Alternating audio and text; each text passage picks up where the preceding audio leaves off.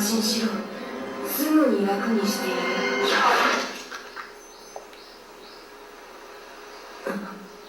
初段外れました。続けていきます。待て。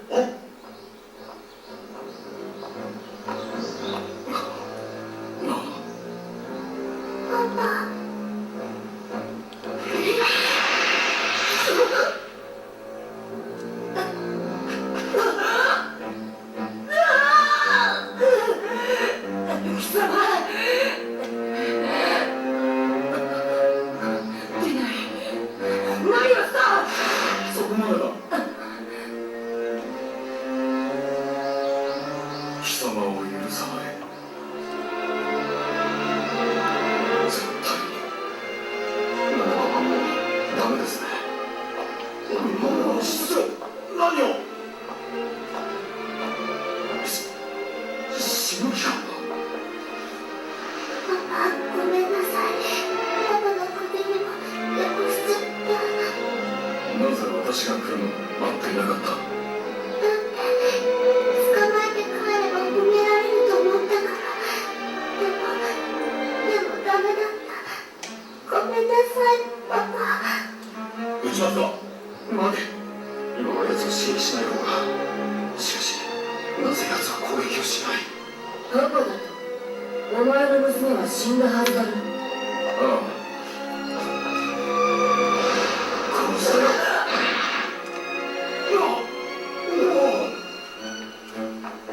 7の痛みの1000分の1にも満たないが、俺ができるすべて。まずい、室長、下がってください。おめえ。室長、あなたは。あの人逃げちゃった。もう喋るな。ナナ、余計なことしちゃったね。パパ、ナナ、もう役に立たない。もうパパに使ってもらえない。ねえ、パパ、ごめんなさい。ごめんなさい。もういい。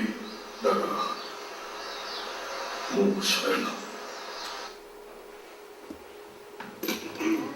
Bueno, es una de las escenas más fuertes, ¿no? Representativas.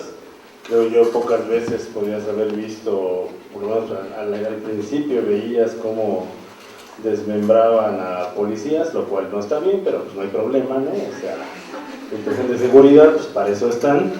Pero ya una niña sin brazos, sin piernas, en una pelea a muerte, pues está más fuerte, ¿no? Bueno, y aparte el diálogo, la construcción que se hace de la escena. Bueno, esta obra la catalogan mucho de gore, entonces no sé su opinión, su punto de vista respecto a este tema, el gore, la sangre, ¿cómo lo vemos desde este año?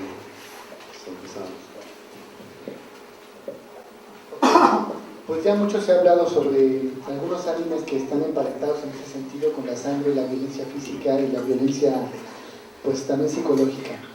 Incluso hay quienes han pensado que más bien este no se trata de gore simplemente, sino ultra gore, que es otro género también dentro del audiovisual.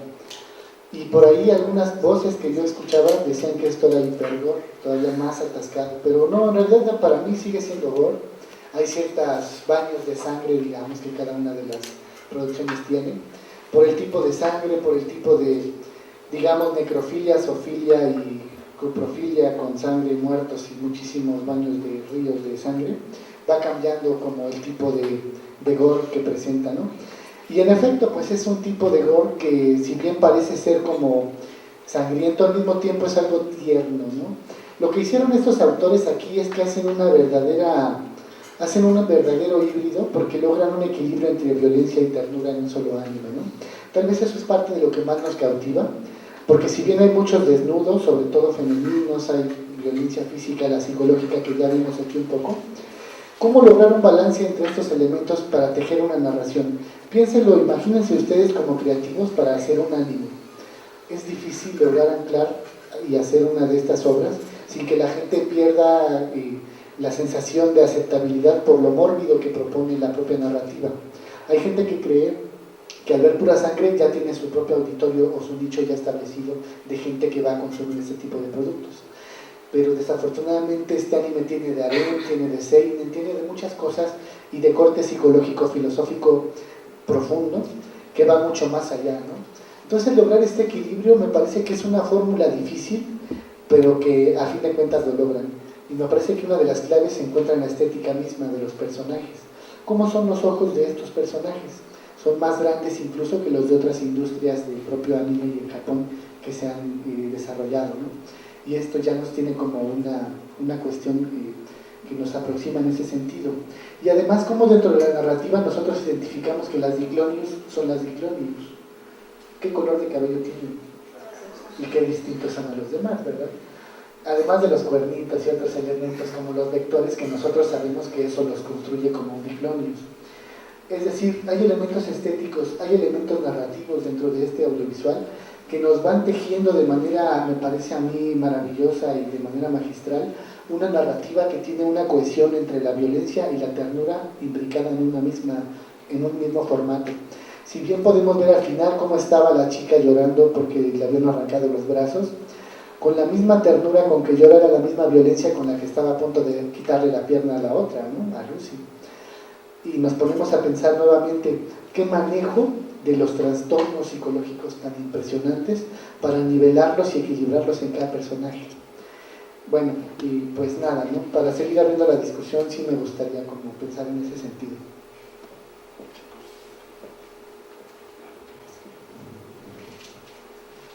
Bueno, aquí desde la primera vez que vemos el anime decimos, bueno, es gore, tiene sangre, tiene mucha sangre, litros. Pero bueno, el gore no es únicamente puro de hechos violentos y sangre, ¿no? Provocando el horror y el asco. También apela a los sentidos como en un sentido voyeurista, casi pornográfico. Es gozoso, finalmente, esto del gore. Y bueno, en el caso de esta serie, hasta podría remitirse a un subgénero que se llama el gore, que es porno y gore, por los desmembramientos y desnudos que pues, se presentan, ¿no? Y bueno, que hay aquí varios, muchísimos. Sin embargo, bueno, en muchos casos del gore, cae casi en lo cómico. No sé si han visto una película que se llama Pirañas 3D, es una joya, véanla. Pero realmente, bueno, es para reírse, ¿no? Y hay un punto que es tan mala que es buena. ¿Y qué pasa en este anime? Bueno, en el caso particular de este anime podría ser diferente, porque el gore se incrementa por un efecto al que llamaría yo de contraste. Pues la animación, como habíamos comentado, se basa en una estética apegada más bien al estilo shoujo, ¿no? Con sus ojos grandes, caritas inocentes y lindas. Y bueno, la trama romántica entre Kota y su prima, que pues ya tienen todos los clichés del beso romántico bajo la lluvia, recuerdos de la infancia, pétalos de flor de cerezo cayendo, todo eso. Y lógica, pues tipo harem, ¿no? Que es una casa grande en donde un chico pues acoge a muchas chicas en su hogar. Y sin embargo todo este contexto pues es interrumpido por las escenas sangrientas y perturbaciones psicológicas de los personajes. Entonces como contraste, esta combinación de inocencia y corrupción pues también apela a la complejidad misma del ser humano, ¿no? Entonces hay en momentos cómicos como de relajación, pero realmente nos está dando como un respiro a otra vez como toda esta espiral de dolor y oscuridad que también tenemos nosotros y la sociedad. Y bueno, entonces aquí para ir más lejos, aquí el derramamiento de sangre sería casi una sacralización, ¿no? Se bendice con esta sangre de cada acto, purifica a cada personaje de alguna manera. Y en este sentido, pues ya entendemos, se relaciona con la pieza sacra del opening, la canción que se remite como un leitmotiv en cada escena, digamos, profunda o oscura o realmente muy importante, porque estamos hablando de algo que se encuentra en la psique occidental y bueno, también de cierta manera en toda la historia de la humanidad, que es los mártires religiosos, ¿no? Aquellos que sufrieron por nosotros y toda esta idea de lo sacro en lo humano. Entonces creo que este elemento gore apela un poco apela bastante a lo que es sacro en la humanidad.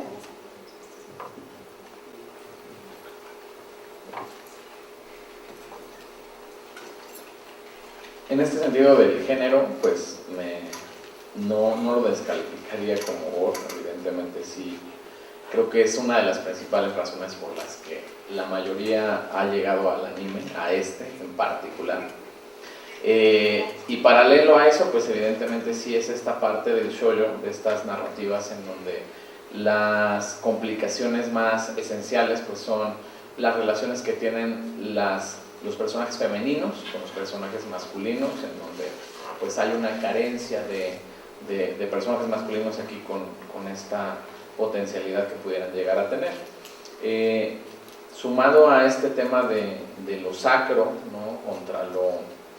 contra lo humano, lo mundano, pues esta es otra de las formas en las que lo podemos ver. Curiosamente, los trozos de carne fragmentada que más vamos a ver en la serie nuevamente vuelven a ser femeninos, ¿no?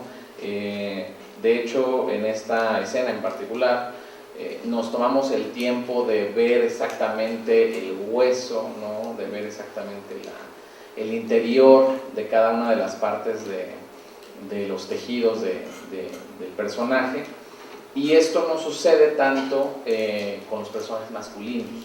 Los personajes masculinos en el desmembramiento pues se da de una manera más instantánea, incluso de una manera más directa, cortada, velada, pero es en este tema de la exaltación de lo femenino y de visualizar esta fortaleza que tiene la mujer ante el dolor, ¿no? Incluso en la escena es recurrente esta oración de ¿te duele? No, no me duele porque yo soy más fuerte que tú, yo resisto más, soy más mujer que tú, ¿no? Y le saca el otro brazo, le saca la otra pierna, y llega un punto en donde retoma esta inocencia de no, pues ya no voy a poder con ella, papá, por favor, sálvame, ¿no? Pues, al final del día lo que acabamos visualizando en este fragmento, en donde pues ella vuelve a esta parte inocente, ¿no? Y como bien decía el doctor García, mucho este asunto de te voy a matar ahorita, pero sigo siendo lindo, ¿no? Sigo siendo tierna, sigo siendo amable, ¿no? Y mucho tiene que ver también con nuestra propia naturaleza, ¿no? ¿Qué tanto estamos dispuestos a ser lindos y amables siempre, ¿no? Y cuántos de nosotros no hemos tenido en nuestra cabeza, ay, ojalá la atropellen, ¿no? Lo avienten, ¿no? Lo destruyan al otro, ¿no?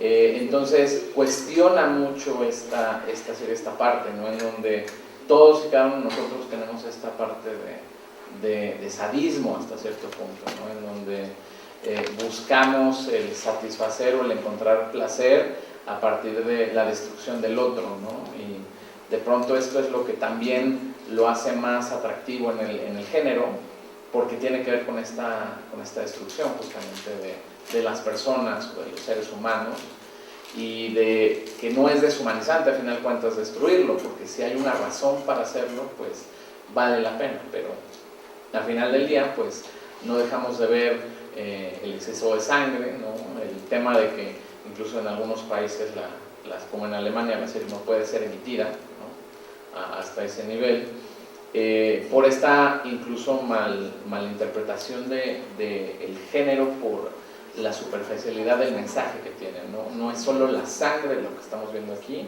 sino estamos viendo esta sublimación del acto sádico para, a final de cuentas, satisfacer un beneficio personal, que en el caso pues, de la escena que vemos es satisfacer al papá otra vez, ¿no? Y decir, bueno, ya ni siquiera me vas a usar porque pues, ya ni brazos tengo, ¿no? Entonces ahí vuelve pues, esta inocencia, ¿no?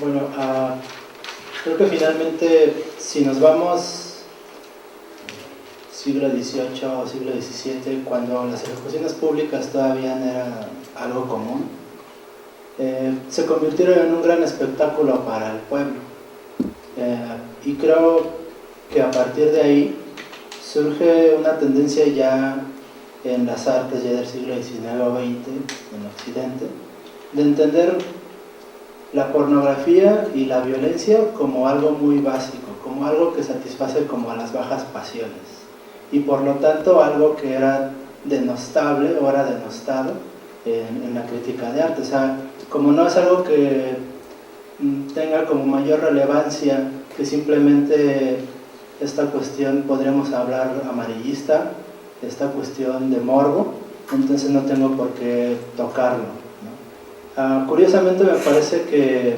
en las artes orientales y claramente en el anime no hay esta visión denostada de la violencia y de la sexualidad, al menos no en la misma proporción que hay en Occidente. Y entonces encontramos no solo a esta, sino a muchos ejemplos de anime y de manga que hacen uso de la sexualidad, que hacen uso de la violencia como un elemento más en la trama, no un elemento central. Y seguramente para todos los que han visto la serie comprenderán que aunque es un elemento, no me parece el elemento central de la trama. Podríamos, tal vez igual con violencia, tal vez que no se viera la sangre, etcétera, pero seguiría siendo en esencia básicamente la misma trama, porque el centro de esto no es ver los chorros de sangre.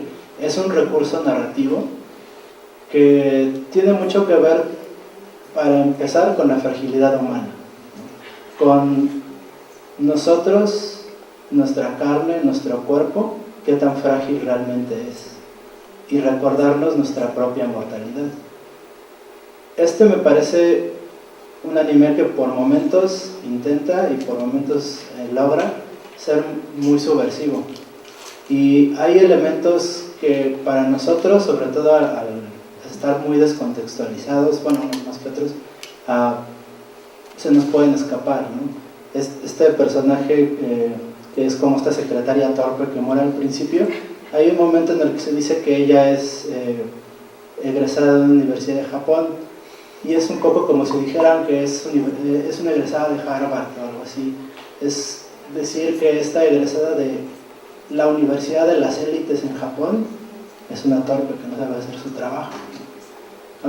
Y muchos otros elementos, así como el simple hecho de no llamar o no confiar en la policía, es un elemento sumamente subversivo. Y creo que esta cuestión del gore, creo que podemos verlo también así, como uno de los elementos que intentan y por momentos lo logran ser subversivos, en cuanto a que la trama habla mucho del sufrimiento humano en cuanto a la despersonalización. Hay estos recuerdos donde no se recuerda a los demás como personas, sino como esta especie de objetos. Incluso también se ve en el intro esta especie de maniquíes, en los que eso también me parece una forma de violencia, una forma de reducir al otro a un objeto. Sin embargo, en los momentos de violencia, pareciera que se está retomando entonces que no eran objetos, eran seres humanos. Y finalmente, bueno, y ya nada más para terminar, creo que este es un elemento que, aunque a lo mejor a mí a título personal no es un elemento que yo considere central, sí parece ser un elemento que salta a la vista, ¿no? Que muchas personas que no tienen a lo mejor la paciencia para desmenuzar la trama completa van a ver en primer plano, porque es una serie, bueno, es un anime que trabaja en diferentes planos en todo momento, ¿no? Entonces yo lo vería precisamente desde aquí, desde el acto simbólico, representando también esto, ¿no? Un recuerdo de nuestra propia mortalidad y sobre todo de nuestra fragilidad. Y luego pasa mucho con los videojuegos violentos y su falta de descontextualización, entonces es otro de los temas ahí que nos motiva esta obra. Bueno, pasamos al 4, por favor, Jeremy.